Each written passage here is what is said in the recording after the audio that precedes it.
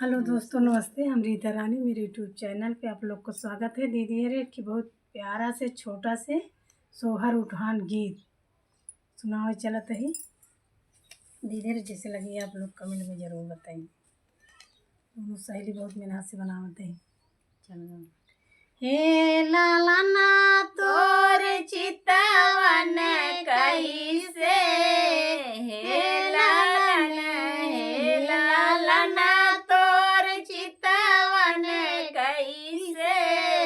हे लालन तोर चितवन कैसे, नजर तोर कैसे, चितवन कैसे, नजर तोर कैसे, हे लालना तोर चितवन कैसे, हे लालना तोर आजी कैसे, हे लालना तोर आजी कैसे, मचिया बैठई रानियावा जैसे, मचिया बैठी रानियावा जैसे, हे लालना तोर चितवन कैसे, चितवन कैसे, नजर तोर कैसे,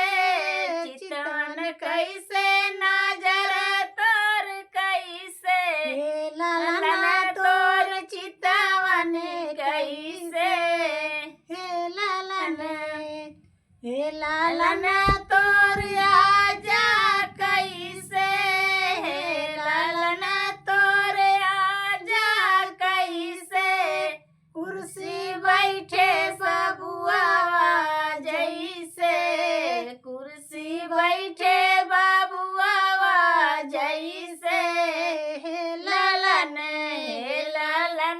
तोर चितवन कैसे, हे लालन तोर बड़ी अम्मा कैसे, हे लालन तोर बड़की अम्मा कैसे, बैठी रोसैया रानियावा जैसे, बैठी रोसैया रानियावा जैसे, हे लालन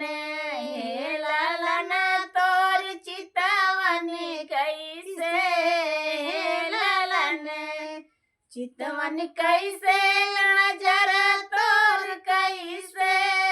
चितवन कैसे, नजर तोर कैसे, हे लालन तोर चितवन कैसे, हे लालन बड़का पापा तोर कैसे, हे लालन बड़का पापा तोर कैसे, माला घूमई रजवा जैसे, घूमत महलिया रजवा जैसे, हे लालन तोर चितवन कैसे, हे लालन तोर चितवन कैसे, चितवन कैसे, नजर तोर कैसे, हे लालन तोर चितवन कैसे, हे लालन तोर बुआ कैसे, हे लालन तोर बुआ कैसे, पाटी पारे पतुरिया जैसे, पाटी पारे पतुरिया जैसे, हे लालन तोर चितवन कैसे, हे लालन तोर चितुआ कैसे, हे लालन तोर फूफा कैसे, हे लालन तोर फूफा कैसे, तबला बजावत भाड़ुआवा जैसे, तबला बजावत भाड़ुआवा जैसे, हे लालन तोर चितवन कैसे, हे लालन चितवन कैसे नजर तोरी